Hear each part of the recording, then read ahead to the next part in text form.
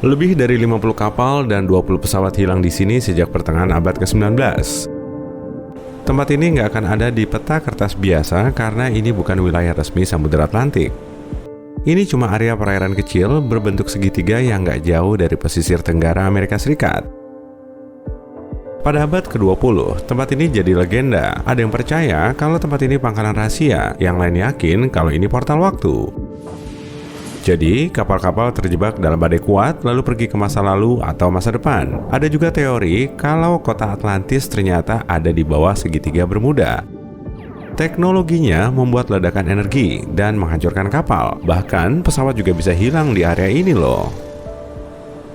Teori-teori ini udah terkenal banget sampai-sampai kalau ada kejadian aneh di laut, orang-orang mikir pasti ada hubungannya sama segitiga Bermuda. Ketakutan akan segitiga Bermuda makin menjadi karena banyak buku dan film tentang itu. Sutradara, penulis, dan jurnalis suka pakai tema ini.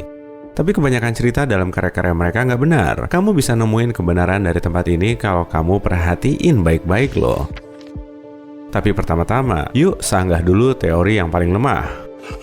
Benda luar angkasa, Atlantis, dan perjalanan waktu. Semua mitos ini muncul di pertengahan abad ke-20. Nggak ada catatan tentang fenomena misterius sebelum abad ini. Orang-orang cuma tahu kalau ada banyak kapal yang tenggelam di sini. Tapi seorang penulis bikin buku yang nyebutin Atlantis ada di dalam perairan segitiga ini. Penulisnya nggak ngasih bukti, tapi dia meyakinkan banget pas ngejelasin hipotesis ini. Orang-orang baca buku itu dan suka. Psikologis manusia suka baca hal rahasia. Kalau kamu tahu sesuatu yang orang-orang nggak tahu, kamu jadi ngerasa spesial. Pastinya, kamu mulai percaya sama rahasia ini. Jadi, ini alasannya buku Segitiga Bermuda menjadi sangat populer. Penulis buku itu jadi kaya, dan orang lain juga pengen memperkaya diri dengan cara sama. Beberapa teori luar biasa tentang perjalanan waktu dan pangkalan rahasia muncul sejak itu. Setelah itu, dokumenter mulai bermunculan. Karya-karya tentang sifat mistis segitiga ini nggak berdasarkan fakta, tapi teori dari buku-buku lain. Kita nggak akan bisa nemu kebenaran dalam kekacauan ini. Beberapa orang suka saat tahu rahasia, meskipun palsu. Tapi kamu bisa kok nemu kebenarannya kalau benar-benar mau. Ambil contoh, satu mitos dan coba cari sumber yang ngebuktiin kebenarannya. Pasti kamu cuma dapat buku non-ilmiah sama film. Selain mitos, ada juga hal realistis tentang segitiga ini, tapi sama-sama menarik kok. Satu hipotesis bilang kapal-kapal hilang di sana karena gas metana. Endapan gas ini ada di dasar laut wilayah ini. Kadang gas ini keluar dari sana dan naik ke permukaan. Nah, pas metana bersentuhan sama air, muncullah gelembung-gelembung besar. Lalu gelembung ini bikin air jadi berbusa dan bikin gelombang air besar yang bisa membalikan kapal. Teori ini cukup masuk akal, dan fenomena alam itu emang ada, tapi bukan di segitiga Bermuda. Udah banyak penelitian dilakukan, tapi nggak ada yang memastikan peningkatan konsentrasi metana muncul di sini. Letusan metana terakhir terjadi di sini sekitar 15.000 tahun lalu. Ada satu lagi teori masuk akal nih, gelombang raksasa. Gelombang ini terbentuk tanpa badai dan angin. Permukaan air yang tenang bisa jadi gelombang besar yang tingginya setara gedung 5 lantai dalam 3 detik. Kapal bisa tenggelam, lalu hilang. Nggak lama kemudian, laut tenang lagi dan gelombang tadi kayak nggak pernah ada.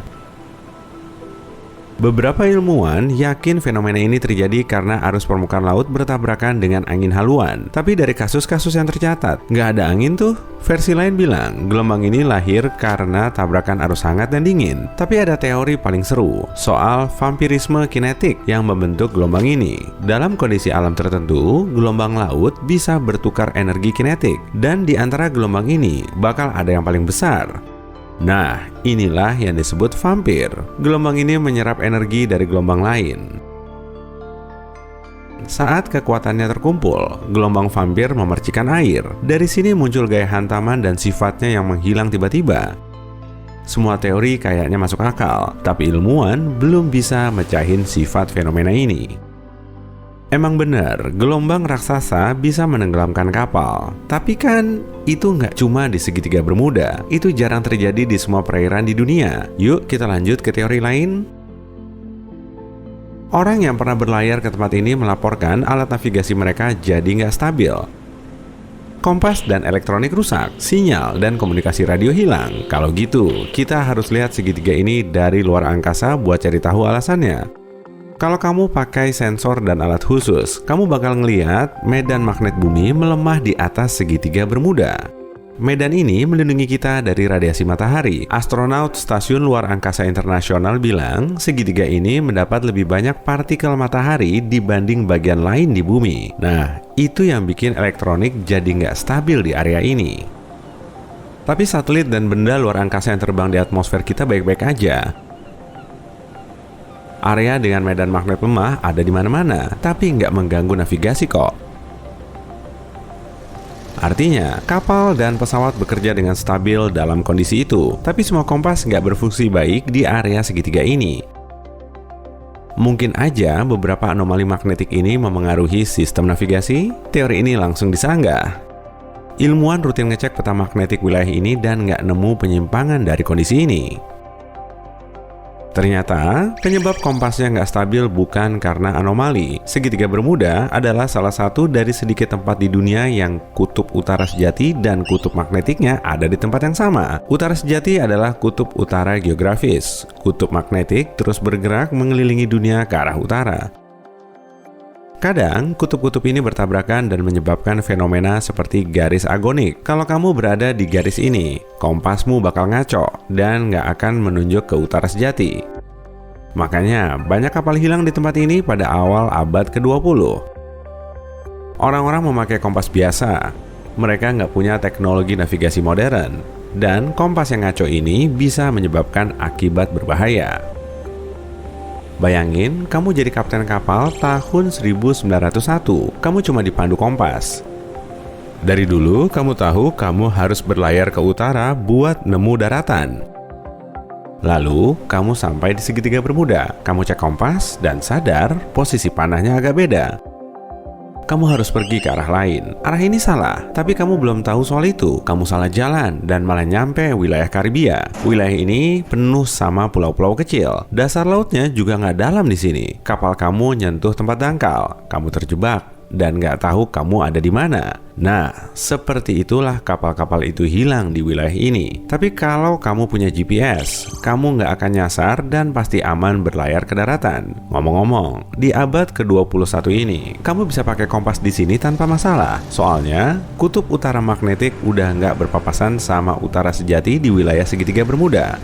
Garis agoniknya udah pindah ke tempat lain sekarang. Tapi kok kapal-kapal masih aja hilang di sini? Sekarang, yuk bahas solusi paling nggak terduga buat masalah segitiga Bermuda. Emang masih ada kapal yang hilang di wilayah ini, dan penyebabnya adalah air, laut, alam, dan masih banyak lagi. Apesnya, memang ada kapal yang tenggelam di mana-mana. Jangan cuma takut sama segitiga Bermuda. Lebih banyak kapal hilang di beberapa tempat di wilayah Samudra Atlantik, dan segitiga Bermuda bahkan nggak masuk 10 besar. Terus kok nggak ada yang tahu tentang tempat itu? Soalnya, orang-orang nulis dongeng tentang satu tempat ini aja. Salah satu rute kapal paling populer di Atlantik melewati segitiga Bermuda. Ayo tebak, menurut statistik, di tempat mana yang paling banyak terjadi kapal karam? Di tempat yang banyak dilewatin kapal, yaitu di wilayah ini. Ada yang benar sih tentang segitiga Bermuda, terjadi banyak badai di sana. Tapi, cuaca buruk dan laut yang nggak bersahabat pun nggak selalu menenggelamkan kapal. Hurikan juga sering muncul di wilayah segitiga ini. Wilayah Bermuda memiliki tekanan atmosfer yang tinggi. Tekanan ini membelokkan awan badai ke arah segitiga. Angin kencang dan gelombang besar bisa bikin kapal tenggelam. Dan kilat petir bisa membahayakan pesawat. Tapi semua orang tahu ini. Jadi, jangan salahin segitiga Bermuda buat semua masalah ini. Tempat ini cantik dan menarik banyak turis kok.